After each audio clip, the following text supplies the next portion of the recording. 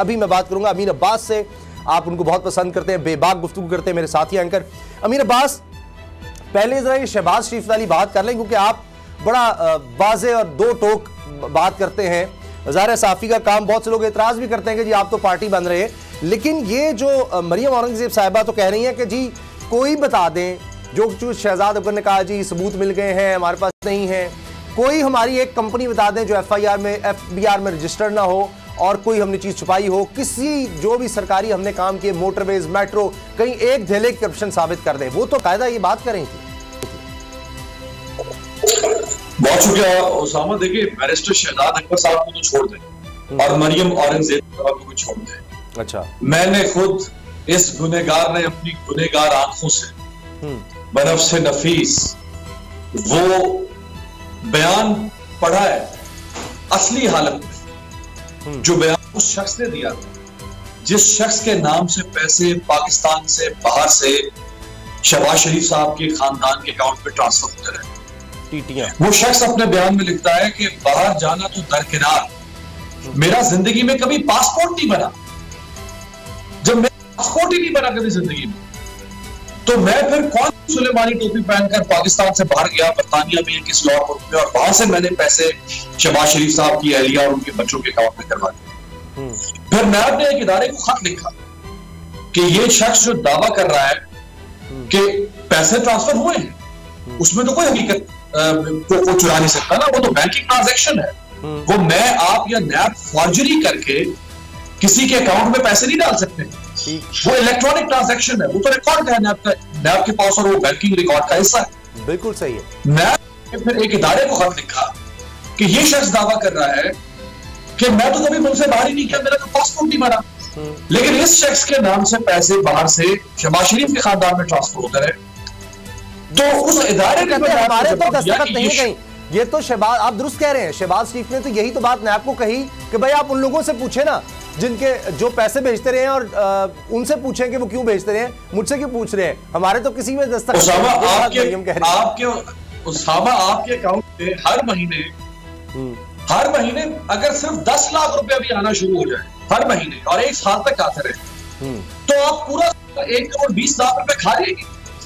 सोचेंगे नहीं, पूछेंगे नहीं, बैंक को कॉल नहीं करेंगे कि ये कौन सा फरिश्ता है या फरिश्ता नुमा इंसान है जो हर महीने मेरे अकाउंट में 10 लाख रुपए भेज रहा है, ना मैं इसको जानता हूं, ना इसने मुझसे कोई उधार लिया था जो ये उधार वापस कर रहा है।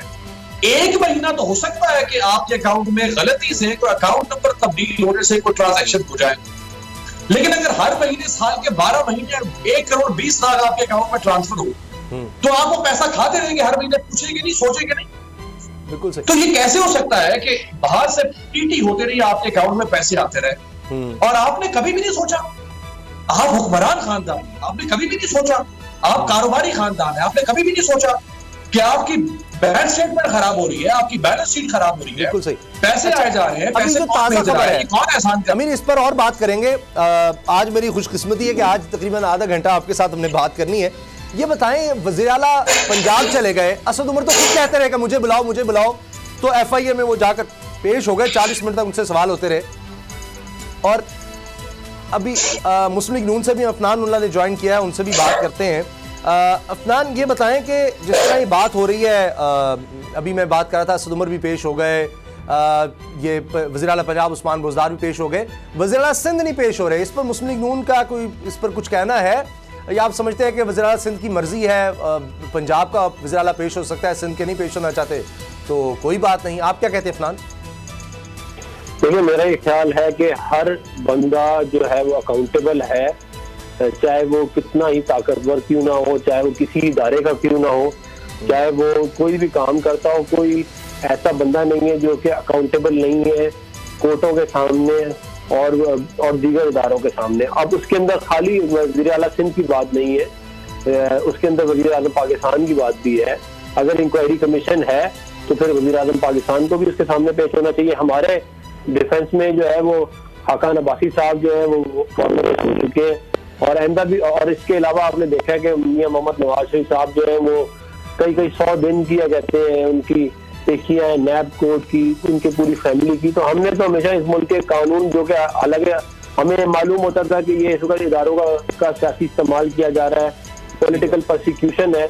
इसके बावजूद हमने जो है उसके सामने पेश हुए हैं, क्योंकि अगर ताकतवर लोग ही मुल्क के इदारों के आगे पे एहतसाब के अदारे या कोर्टों के सामने पेश नहीं होंगे तो फिर अफनान साथ रहे। मैं आपको ये बताना चाह रहा हूँ, आप सुनिए कि हुआ क्या है असल में वज़ीर आला पंजाब के साथ। सुधीर चौधरी हमारे साथ है, सीनियर रिपोर्टर है। सुधीर चौधरी, ये बताइए ये सारे अंदर की कहानी क्या है? FIA में वज़ीर आला पंजाब उस्मान बोजदार से पूछा क्या गया, और इससे पहले जो मीटिंग हुई थी उसका जरा हाल बताएं, कौन कौन लोग उसमें थे, क्या ब्रीफ किया गया, और वज़ीर आला पंजाब किस बात पर गुस्से में आ गए थे जब ये चीनी स्कैंडल के हवाले से सारी उनको ब्रीफिंग दी गई कि जी आपने जाकर बताना क्या है, क्या कहना है कि आपने सब्सिडी क्यों दी? तकरीबन 3 अरब रुपए की सब्सिडी गालबन दी है, कुछ 15 मेरे ख्याल है मिलों को। जी उस समय ये यस्टरडे ये मीटिंग हुई थी। उस मीटिंग में 4 लोग शामिल थे, जिसमें एक चीफ मिनिस्टर इंस्पेक्शन टीम के सरबराह थे ताहिर खुर्शीद, सेक्रेटरी खुराक थे वकास अली महमूद, और इसके अलावा एक स्पेशल पर्सन मौजूद थे। और केन कमिश्नर ऑफिस से एक ऑफिसर को बुलाया गया था जो कि वज़ीर आला पंजाब को ब्रीफिंग दे रहा था। ब्रीफिंग देते हुए जब वज़ीर आला पंजाब ने पूछा कि सब्सिडी दी किसने, तो उन्होंने कहा जी ये सब्सिडी पंजाब ने नहीं दी, ये वफाक का हुक्म था। तो उसने कहा फिर पंजाब की तरफ से ये ऑर्डर, ये समरी मुझे बनाकर क्यों भेजी गई? तो उन्होंने कहा जनाब ये पहले आपके पहले जो गवर्नमेंट थी उसमें ये सब्सिडी देने का फैसला हुआ था, और उनके वाजबात जो हैं 2 अरब 90 करोड़ रुपए जो हैं वो अभी तक रहते हैं। तो वज़ीर आला पंजाब ने कहा कि मेरे दौर के अंदर ये सब्सिडी का सिलसिला दोबारा कैसे चला? तो उन्होंने कहा जनाब कि 2018 में एक सूबाई काबीना के ऊपर मेंबरान के मुश्तमिल एक कमेटी बनाई गई थी। उस कमेटी ने यह फैसला किया था कि ये सब्सिडी दोबारा दी जाए। उस कमेटी के जो कन्वीनियर थे वो समीउल्लाह चौधरी थे, जो कि साबिक वज़ीर खुराक हैं। उस कमेटी के मेंबरान में इस वक्त के वज़ीर सनत मियाँ असलम इकबाल थे, और मोहसिन लुगारी भी उस कमेटी का हिस्सा थे। उस कमेटी में तमाम DCs थे, उस कमेटी के अंदर सेक्रेटरी खुराक थे, उस कमेटी में शौकत अली भी थे जो कि साबिक सेक्रेटरी खुराक है। उस कमेटी ने यह फैसला किया था कि इन शुगर मिल मालकान को जो है वो सब्सिडी दी जाए, और उसमें एक और अहम फैसला किया गया था जो कि शुगर केन एक्ट के बिल्कुल खिलाफ था, और वो था गन्ने की खरीदारी के अंदर कटौतियों को तस्लीम करना। और उन कटौतियों को कानूनी हैसियत इस कमेटी ने दी जो कि उनके प्रोविजन में शामिल नहीं था, और ना ही उनको ये उनके TOR में ये शामिल था। उनके TOR में ये शामिल था कि आपने शुगर मिलों को रेगुलराइज करना है, उनको बर वक्त क्रशिंग के लिए जो है आमादा करना है, और उनके जो जायज़ मसाइल हैं उनको हल करना है। जबकि दूसरी तरफ आपने किसानों को गन्ने की जो कीमत है 180 रुपये मन वो दिलवानी है। लेकिन इस कमेटी ने एक रिलीफ दी, और इस रिलीफ की बुनियाद जो है उस वक्त के केन कमिश्नर थे वाजिद अली शाह जिनका नाम है। उस केन कमिश्नर ने यह कहा कि शुगर मिलों का ये देरीना मुतालबा है, अगर हम इस मुतालबे को तस्लीम कर लें तो शुगर मिलें क्रशिंग शुरू कर देंगी। और इसके अलावा उनका दूसरा मुतालबा है कि हमारे वाजबात दिलवाए जाएं, अगर ये वाजबात भी दिलवाए जाएं तो किसानों की अदायगियाँ भी हो जाएंगी और क्रशिंग भी टाइम पर शुरू हो जाएगी। तो उस कमेटी के अंदर जब ये मुतालबात रखे गए, ठीक है, जब ये मुतालबात रखे गए तो उसके ऊपर कंसिडरेशन हुई। अच्छा, साथ ही मीटिंग जवाब दे दिया था, बस मीटिंग मिनट्स का हिस्सा बना लिया गया। FIA को जाकर यही चीजें फिर बता दी कि जी हमारे साथ तो ये हो गया है, मुझे तो कहा गया, और बस ये सारा ये कहानी सुना दी वहां जाकर उन्होंने। जी बिल्कुल, इस कमेटी ये जो कल मीटिंग हुई उसी में ये फैसला किया गया कि ये सब्सिडी अब हम किस तरह इसको कबूल करें या ना करें। तो ये 5 बंदों के अंदर फैसला किया गया कि इस सब्सिडी को हमें कबूल करना पड़ेगा, क्योंकि ये हमारे खाते में आ गई है। अच्छा। उसकी वजह वो ही कैबिनेट कमेटी थी जो 2018 में बनी थी। ये उसकी सिफारिशात थी कि पंजाब की शुगर मिलों को सब्सिडी दी जाए। तो वज़ीर आला पंजाब ने नजर आ रहा है वरना क्रशिंग शुरू होनी थी ना, किसानों को पैसे मिलने थे, और ये वो कहेंगे कि जी हम करते तो क्या करते। बहुत शुक्रिया आपका सुधीर चौधरी, आपने में ये ब्रेकिंग न्यूज़ दी कि अंदर खाते क्या होता रहा, किस तरह उनको ब्रीफिंग दी गई वज़ीर आला पंजाब को कि ये सारा किस तरह प्रेशर डाला गया शुगर मिल्स की तरफ से। अमीर अब्बास, अभी अफनान को भी आप सुन रहे थे, अफनान कह रहे हैं कि देखिए मुस्लिम लीग नून की तरफ सब लोग पेश होते हैं, तो ये वज़ीर आला सिंध क्यों नहीं? आप तो सिंध में जाकर आपकी रिपोर्ट्स सोशल मीडिया पे बड़ी वायरल हुई, आपने तो जाके वहाँ सिंध के हालात दिखाए। अभी फिर पाकिस्तान पीपल्स पार्टी बड़ी नाराज़ थी कि जी वहाँ आपको कैंपेन मीडिया चलाने लग गया है। तो वज़ीर आला सिंध की तरफ से एडवोकेट जनरल ने कहा जी खत फौरन वापस लिया जाए, FIA की तरफ से जो आया है कि ये शुगर माफिया क्या करता है, क्या कैसे आपने सब्सिडी दी, इस पर आप TORs में नहीं है, टर्म्स ऑफ रेफरेंस ही नहीं है इस कमेटी के कि वो बुला सके वज़ीर आला सिंध को। देखिए उसामा, एक तो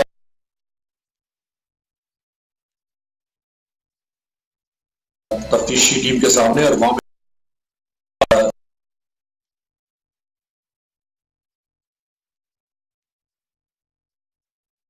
वो एहतसाब के लिए किसी भी कमीशन होंगे तो फिर वो एक आम पाकिस्तानी की हैसियत से पेश हो रहे हैं, तो उनको अपने रवैये को जरा उसमें रहना चाहिए, कंट्रोल में। दूसरा ये कि जो अफनान कह रहे थे, देखिए मैं यहाँ पे शाहिद खान अब्बासी और खुर्रम दस्तगीर साहब की तारीफ करूंगा कि इनको बुलाया नहीं था इस इंक्वायरी कमीशन। ये खुद से इन्होंने वॉलंटरली कहा कि हमारे पास भी कुछ सबूत है या हम भी कुछ शवाहिद रखना चाहते हैं इस स्कैंडल के बारे में, और वो खुद से FIA की इस टीम के पास गए, और ये बहुत अच्छी बात है। जिसके पास भी सबूत मौजूद है, हुकूमत के खिलाफ या हुकूमत में से किसी और के खिलाफ सबूत मौजूद है, ये अब एक इंक्वायरी कमीशन बनना once and for all. Pakistan में जो शुगर माफिया या बीट माफिया है, ये किस तरह किसानों का इस्तेहसाल करता है, ये किस तरह कंज्यूमर का, सार्फिन का इस्तेहसाल करता रहा, ये किस तरह रियासत के खजाने पर डाका डालता रहा टैक्स एवेजन की सूरत में, ये अब एक पहली दफा ये बना है कमीशन, और इसके अंदर अब ये सारा कुछ जो है ये बिल्कुल साफ होकर सामने आना चाहिए, शीशे की तरह पता चले कि कौन क्या करता रहा। जहां तक मुराद अली शाह साहब के ताल्लुक है, तो जिस तरह अफनान ने कहा, अगर प्राइम मिनिस्टर को बुलाता है कमीशन तो प्राइम मिनिस्टर को बिल्कुल पेश होना चाहिए, और प्राइम मिनिस्टर को एक आम पाकिस्तानी की हैसियत से पेश होना चाहिए, बगैर किसी प्रोटोकॉल के, बगैर अपने मिलिट्री सेक्रेटरी के और बगैर किसी हिफाजती दस्ते, एक आम पाकिस्तानी की हैसियत से पेश हो। और मुराद अली शाह को अगर बुलाया गया तो मुराद अली शाह को भी पेश होना चाहिए। लेकिन अगर आसिफ जरदारी साहब मुराद अली शाह की कायद अगर वो पेश हो सकते हैं जाली बैंक अकाउंट और मनी लॉन्ड्रिंग स्कैंडल में, अगर अतीब फरियाल पेश होती रही है और गिरफ्तार भी हुए ये लोग, तो फिर मुराद अली शाह साहब को एजिटेशन दिखाने की क्या जरूरत है, उनको भी पेश होना चाहिए। अफनान, ये जो अब ये सारा मामला है शुगर माफिया का, ये बात हो रही है, ये पेशियां इसी वजह से हो रही हैं, कमीशन ने बताना है कि स्मगल हुई नहीं हुई, ये सब्सिडी क्यों दी गई, नहीं देनी चाहिए थी, मगर ये बात भी है कि नून लीग के दौर में तो इससे ज्यादा सब्सिडी दी गई, और इसमें कोई झुटला नहीं सकता कि उनकी भी शुगर मिल्स हैं, सब सियासतदानों की शुगर मिल्स हैं, तो इसमें फिर अब ये हुकूमत ही कसूरवार क्यों? इसने तो कम से कम कमीशन बना दिया, नून लीग ने तो कभी कोई कमीशन, कोई कमेटी कुछ नहीं बनाया, बस सब्सिडी देते रहे आंखें बंद करके। उसामा, आपने बहुत ही आम जो है ये एक पॉइंट रेज किया है। देखें, जो मेन जो अगर आप कैलकुलेट करें ना कि जो मेन प्रॉब्लम, जो मेन इसकी क्या कहते हैं 87 अरब रुपए जो हमने कैलकुलेट करके बताया कि इसके अंदर जो है डाका पड़ा है, उसके अंदर 3 अरब रुपए की सब्सिडी है, और बाकी के जो 84 अरब रुपए हैं वो प्राइस हाइक है, वो उसका सब्सिडी से कोई ताल्लुक नहीं है। वो ये है कि आप और मैं और अमीर जो है, हम लोग जो रोटी है वो 5 रुपए की खरीदते थे, तो हमने 15 रुपए की खरीदनी शुरू कर दी। एक्चुअल डाका वो सब्सिडी है। देखिए, सब्सिडी के ऊपर आप बिल्कुल करें कमीशन, मैं कोई इसको डिनाई नहीं करूंगा, अगर उसमें कोई गलत काम हुआ है बिल्कुल करना चाहिए, लेकिन सब्सिडी गवर्नमेंट टेक्सटाइल सेक्टर को भी देती है, सब्सिडी गवर्नमेंट एक्सपोर्ट वाले सेक्टर को भी देती है, सब्सिडी अपना ये सब्सिडी, और सब्सिडी देने की वजह क्या होती है? वजह ये होती है कि आपकी जो गंदम की जो प्रोड्यूस है, फर्ज करें वो 100 रुपए की है, मगर दुनिया में उसकी कीमत 80 रुपए है। अगर आपने उसको बाहर बेचना तो ये जो 20 रुपए का गैप है ये कौन फिल करेगा? आपकी अगर कॉस्ट इतनी है तो गवर्नमेंट कहती है हम दे देते हैं पैसे, लेकिन इससे एक्सपोर्ट के ऊपर हमें फायदा होगा क्योंकि हमें फॉरेन एक्सचेंज हमारे रिजल्ट बढ़ेंगे। लेकिन इसके बाद जो अंदर कोई गलत काम हुआ है, इसके ऊपर कमीशन बना है, तो ये अच्छा काम है, इसके ऊपर ये होना चाहिए। देखें, ये वरना इस मुल्क के अवाम 21 करोड़ अवाम के तो कोई पूछेगा ही नहीं, ये सारे चंद लोग ऊपर बैठ के खा के इस मुल्क को तबाह बर्बाद कर देंगे। ये और ये पहली दफा इस तरह नहीं हो रहा, ये आप अगर 2007 में भी इस तरह हुआ था मुशर्रफ साहब के दौर के एंड में, कि एक इतना बड़ा शुगर का क्राइसिस आया था पाकिस्तान में कि चीनी मिलना बंद हो गई थी। हालांकि हम ये कुछ चीनी ऐसी चीज नहीं है जो ना मिले हमारे मुल्क में, हमारे मुल्क की अपनी प्रोडक्ट है, उसके बावजूद ये हुआ और हमने सबने देखा, और चंद लोगों ने कई 100 अरब रुपए बनाए, और उन लोगों को फिर आदतें पड़ गई हैं। वो ये हर दफा वो चक्कर में होते हैं कि किसी तरह किसी हुकूमत के साथ मिल जाए। आप सलाह रहे हैं लेकिन एक चैलेंज तो कबूल करें। मरीम औरंगजेब साहबा ने आज 4 सवाल कर दिए कि जी मैं चैलेंज करती हूँ, किसी जगह करप्शन दिखा दें, मोटरवे में, मेट्रो में मंसूबे जो लगाए। लेकिन एक चैलेंज शहजाद अकबर ने किया, जी मुझे नहीं लेकर गए, वहाँ अखबार के खिलाफ शहबाज शरीफ ने मुकदमा कर दिया, लेकिन शहजाद अकबर कह रहे हैं मेरे खिलाफ करें ना मुकदमा, कि वो जो कह रहे हैं कि जनाब पकड़े गए हैं, इनके सारे चेक्स हैं, किस तरह इनके मुलाजमों के नाम पर ये पैसे ट्रांसफर करते रहे, कंपनियों में क्या क्या करते रहे, बाहर से पैसे किस तरह आते रहे, तो वो शहजाद अकबर को क्यों नहीं करते शामिल मुकदमे में? देखिए, शहजाद अकबर साहब के खिलाफ एक जो है, जो मुझे पता चला वो एक इनके खिलाफ एक मुकदमा किया है जिसके अंदर बेसिकली लायबिलिटी इनको दी है कि ये इन्होंने डेफेमेशन का किया है लंदन में, जो मुझे इन्फॉर्मेशन याद है। उसके कुछ टाइम लगता है, यूके में भी एकदम से नहीं होता, लेकिन उसमें कुछ टाइम लगता है उसको मुकदमे को किसी नतीजे पहुंचने में। लेकिन इसके बावजूद में एक और इस पे जो आम बात है वो ये है, देखें ये सिर्फ गिमिक्स है, कि मुझे नहीं लेके गए, उसको नहीं लेके गए, इसको नहीं लेके गए, उसको नहीं डाला। ओ भाई, बात बड़ी सीधी सीधी ये है कि 1700 किलोमीटर मोटरवे बनी है, 11,000 मेगावाट बिजली के, कई डैम कंप्लीट हुए, आप 1 रुपए की करप्शन नहीं साबित कर सके। और आपने ऐसे का मामला मसला है, टीटीज का बाहर से पैसे आ रहे हैं, इनके अकाउंट्स में आ रहे हैं, लेकिन वो लोग जो बाहर से भेज रहे हैं वो कभी बाहर नहीं गए। और शहबाज शरीफ साहब ने नैब के सामने ये कहा है कि जी वो उन लोगों से पूछे जो मुझे पैसे भेज रहे हैं, यानी जो जिनके पास आ रहे हैं ये भी तो बता सकते हैं कि जी इस वजह से भेजे हैं, ये कारोबार था, ये काम हमने किया। वो कुछ जवाब उन्होंने कहा जी उनसे पूछे जो भेज रहे हैं, वो उन लोगों से पूछते हैं, वो कहते हैं जी हमारा तो पासपोर्ट ही नहीं है, हम तो कभी बाहर गए ही नहीं। देखिए, मैं इस बात के ऊपर तो मजीद मुझे ये नैब की जो प्रोसीडिंग है इसके अंदर मुझे यकीन नहीं पता कि क्या उनकी बात जिनसे हुई है, लेकिन मैं ये आपको यकीन दिलाता हूँ कि अगर इनके पास कुछ ऐसी सॉलिड चीज हो जिसके अंदर ये हमें अंदर कर सके, तो जो इतनी बड़ी स्टेट की मशीनरी हमारे खिलाफ कई सालों से लगी हुई है, हम सब के सब जो है वो करप्शन के केसेस में अंदर हो और आवाम को नजर भी आ जाए कि इन्होंने इधर इधर माल बनाया, ये फलाना मिनिस्टर था, इसने इधर माल बनाया। अभी भी ये हो रहा है कि फलाना इदारा है, उसमें फलाने का बेटा जो है वो जा रहा है ठेके ले रहा है। देखिए, करप्शन करना जो है वो ये बात सही है। बस ये आज मरियम औरंगजेब साहब भी कह रही थी कि जी ये बाकियों क्यों नहीं बुलाया जाता, अब टार्जन अगर नैब बन रहा है तो वो सिर्फ ऑपोजिशन के लिए क्यों बनने जा रहा है। ये आज वैसे ये बात जरूर है कि आज तारिक बशीर चीमा साहब भी इमरान खान साहब से शिकवा करने पहुंचे हुए थे कि जी ये पुराना केस हमारे खिलाफ क्यों खुल रहा है। तो मालम जब्बा की बात होती है, परवेज खटक साहब के केसेस की बात होती है, उस पर शहजाद अकबर साहब क्यों नहीं करते ब्रीफिंग, कोई देते? अगर आप मुझे इजाजत है मैं एक बात जो चीनी स्कैंडल है उसके बारे में कर दूं। देखिए, हमें जो असल फसाद की जड़ या जो असल रूट कॉज है उसको पहले देखना पड़ेगा। और वो रूट कॉज क्या है? जो हजरत अली करमुल्लाह वजह ने कहा था कि अगर हुक्मरान कारोबार करेगा या अगर हुक्मरान के कारोबारी मुफाद होंगे तो फिर वो हुक्मरानी नहीं करेगा, वो कारोबार करेगा इक्तदार में आके। उसामा, असल ये जो पूरा स्कैंडल है इसके पीछे अगर आप जाके देखें जो असल वजह है, ये तो ऊपर सरफेस पे हम देख रहे हैं ना, असल रूट शरीफ खानदान इक्तदार में, शरीफ खानदान की भी शुगर मिले। खुसरो बख्तियार आज इख्तियार में, खुसरो बख्तियार पहले भी इख्तियार में आ चुके हैं, 2002 से 8 तक उस वक्त भी वजीर थे, फिर नवाज शरीफ साहब के साथ शामिल हो गए 2013 से 18 तक, उस वक्त भी असेंबली का हिस्सा, इनकी शुगर मिले।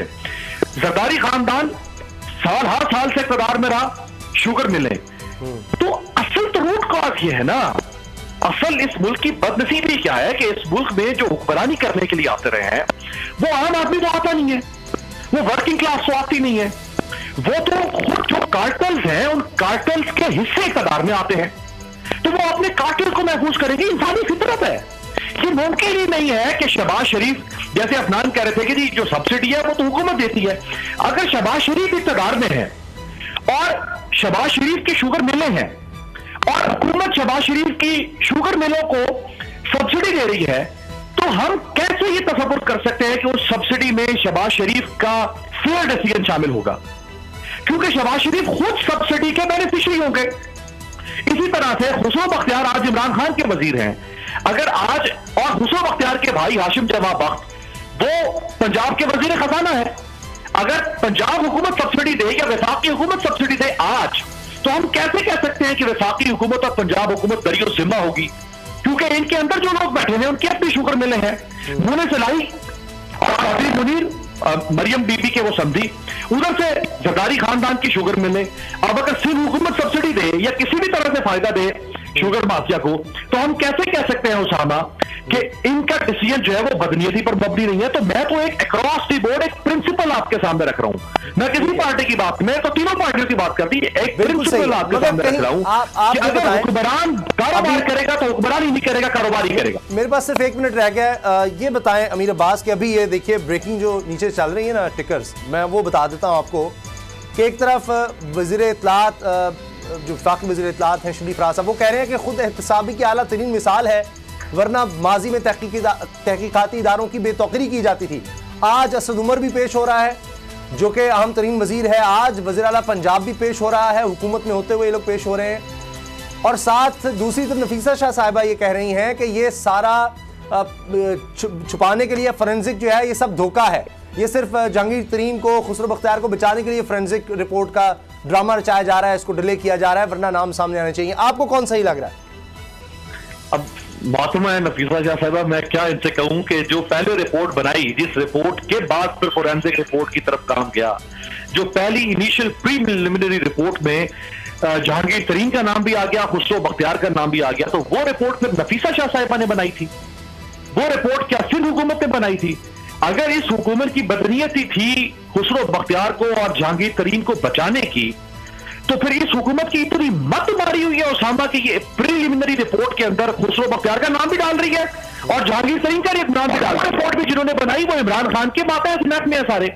तो अगर इमरान खान ने इन दोनों को बचाना था तो इमरान खान पागल है या कोई भी हुक्मरान है वो पागल होगा कि वो अपनी पहली प्रीलिमिनरी रिपोर्ट में खुद अपने हाथों से जिनका नाम डाल दे, बाद में उनको निकालने के लिए एक फोरेंसिक रिपोर्ट बना दे।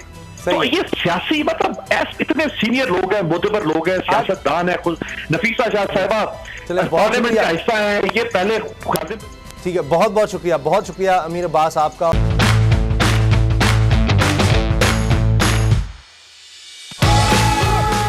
भाई जाना मत, ये बॉल नजर नहीं आई आपको? बहुत आना, इस्लामाबादी का जीत गए 10 लाख रुपए से पूरे।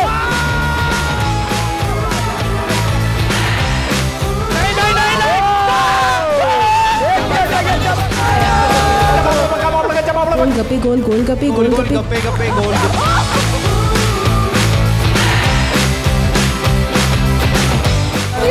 नहीं मेरी बात सुनो, ठोको यहाँ ठोको।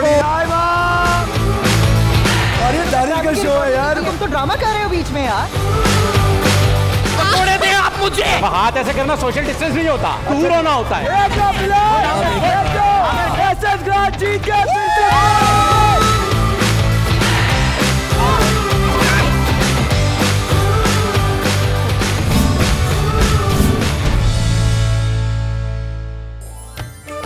गेम शो ऐसे चलेगा लीग, रोजाना 7:30 बजे सिर्फ बोल एंटरटेनमेंट पर।